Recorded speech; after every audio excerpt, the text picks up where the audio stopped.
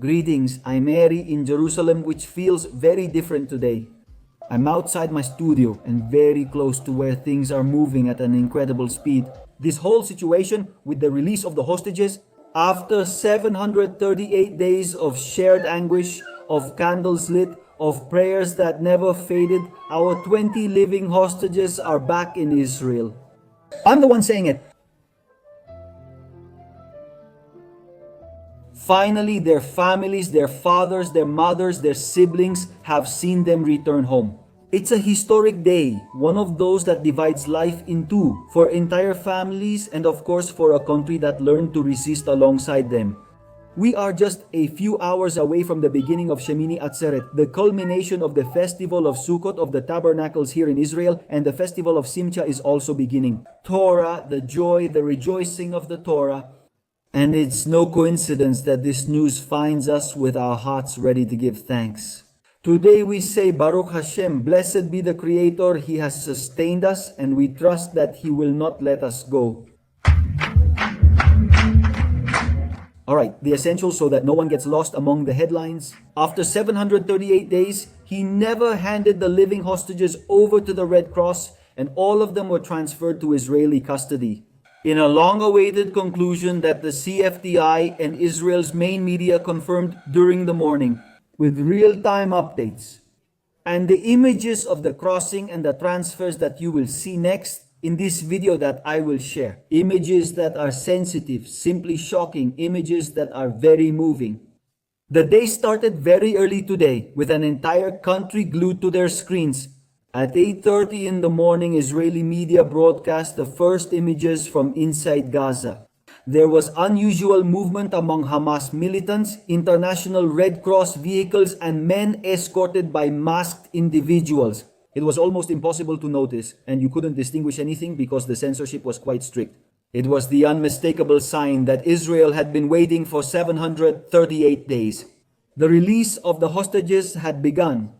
In those minutes, sources on the ground confirmed that Hamas had handed over the first 7 Israeli hostages to the Red Cross. Security cameras and broadcasts showed paramedics from the international organization preparing the transfers toward the meeting point with the Israel Defense Forces. The atmosphere was tense, but with a rather positive mood, judging by what was being seen. In Israel, journalists spoke cautiously, avoiding confirmation until the Israel Defense Forces made it official. The Southern Command of the Army maintained direct communication with the Red Cross teams to ensure that the exchange was carried out without incidents. At 9:30, the International Red Cross notified that the initial group had left Khan Yunis, the Yunis group heading to the agreed crossing point. At that time, there was already talk of a second group of hostages who would be released shortly after. The convoys were moving slowly northward, escorted by international representatives and followed at a distance by Israeli drones that monitored the entire route. At exactly 10 in the morning, the Israel Defense Forces confirmed the reception of the first group of hostages on Israeli territory. They were 7 exhausted men but alive. The Israeli soldiers formed a security cordon and welcomed them with open arms, with tears, some very emotional scenes. At that moment, the country stopped. In hospitals, schools, and offices, people stood up from their chairs, many literally crying in front of the screens. It was official. The first hostages were back. Minutes later, at 10:30, the second notification arrived. 13 more hostages had been handed over to the Red Cross and were on their way to Israel. The images of the second. At 10:40 in the morning, the Israel Defense Forces spokesperson publicly announced what the whole country needed to hear. All 20 living Israeli hostages were already on Israeli territory under the custody of the Israel Defense Forces. No living hostages remain in the hands of Hamas, officially. The announcement was met with applause in the television studios. Hostages is in the cathedral, Hostages Cathedral of Israel. In Tel Aviv, the screens at Hostages Square broadcast the statement live. Some raised flags, others simply hugged each other and cried. And really the whole scene, the whole picture was one of great happiness. Meanwhile, the images of the convoys crossing the border played over and over again, and a sense of relief swept across the country. After 2 years of uncertainty, the people of Israel could say three words that once seemed impossible. They are in chaos. As images of the Red Cross moving through Gaza flooded the screens and Israeli helicopters waited for the moment to take off, Jerusalem was preparing for another historic event, nearly simultaneous with the hostages' return. Donald Trump, the President of the United States, landed in Israel on his first official visit after the agreements that mediated this historic process. His arrival, which was scheduled at the last minute, not this week, coincided with the exact time when the Israel Defense Forces confirmed that the first 7 Israelis were crossing the border. The presidential plane landed on the runway at Ben Gurion around 10 in the morning while the whole country kept its heart in Gaza. The television channel split the screen, showing the hostages being handed to the Red Cross on one side and the American delegation on the other. Getting off the plane, Trump was received by President Isaac Gerson and Prime Minister Benjamin Netanyahu, who greeted him briefly before heading together to Jerusalem. Netanyahu, along with his wife, were seen inside Trump's presidential car, breaking all protocol and showing that beyond political moves, Trump and Netanyahu have a strong relationship. At that moment, the first 7 hostages were already in the hands of the FBI while they were being transported by helicopter to hospitals in the center of the country. The operation continued to unfold with precision, while Jerusalem was turning into the scene of an unprecedented political and symbolic meeting. The entire highway from Tel Aviv to Jerusalem was closed. Not a single vehicle could travel through there. Everything was arranged solely for the presidential caravan that was transporting the President of the United States and Prime Minister Netanyahu from Tel Aviv to Jerusalem. At 10:40, when the FBI spokesperson officially announced that the 20 living hostages were on Israeli territory, Trump entered the Knesset, the Israeli parliament, for a special session along with the main authorities of the Jewish state. The applause that was heard in the chamber coincided with the applause in the streets, not because of protocol but because Israel did. The applause that was heard in the chamber matched the applause in the streets.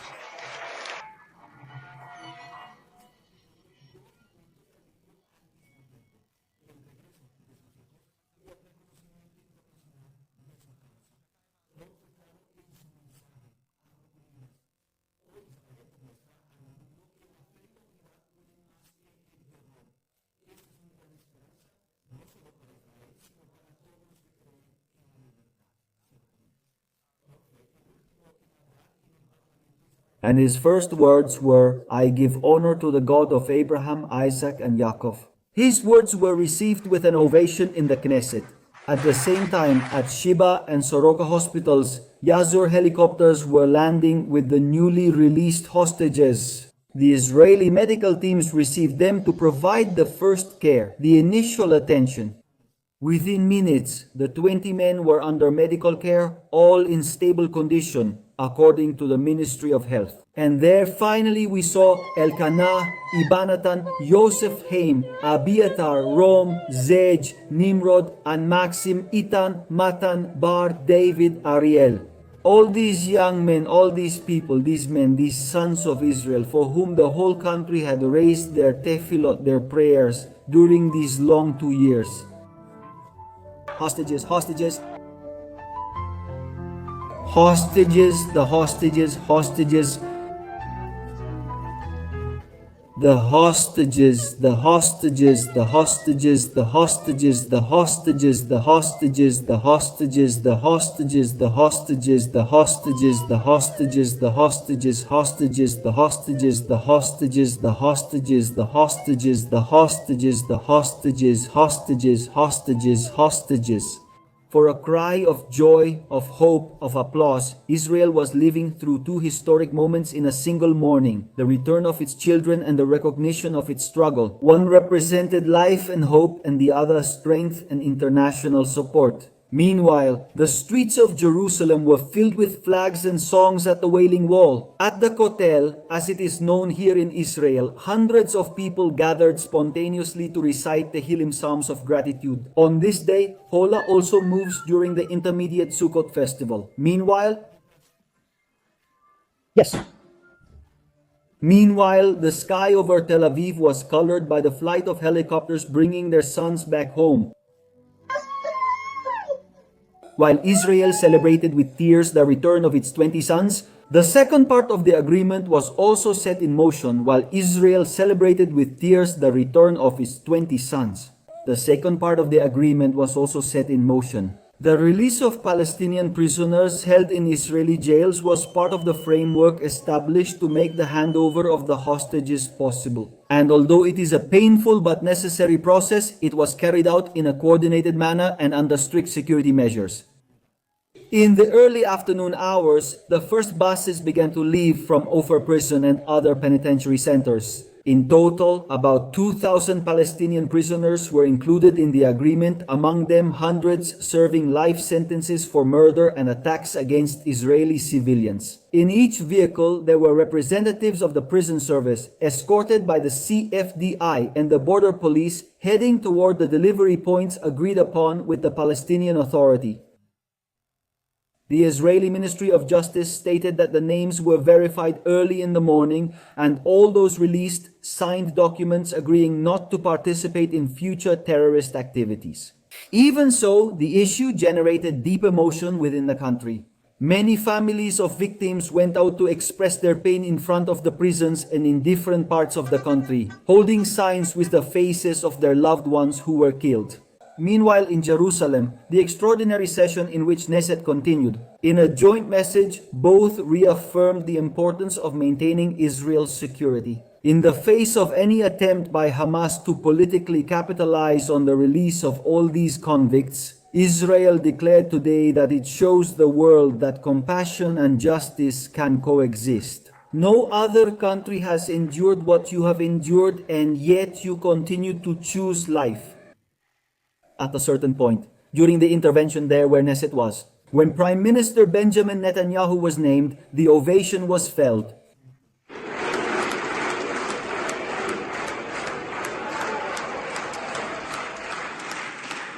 When Minister Benjamin was named, the ovation happened.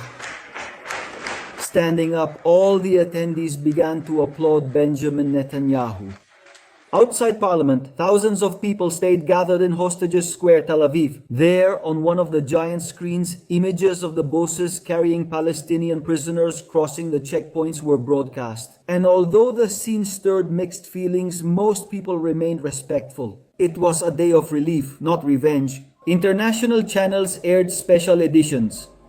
Cable news network Sky News, even the Times of Israel, broadcasting live both the release of the hostages and that of the prisoners.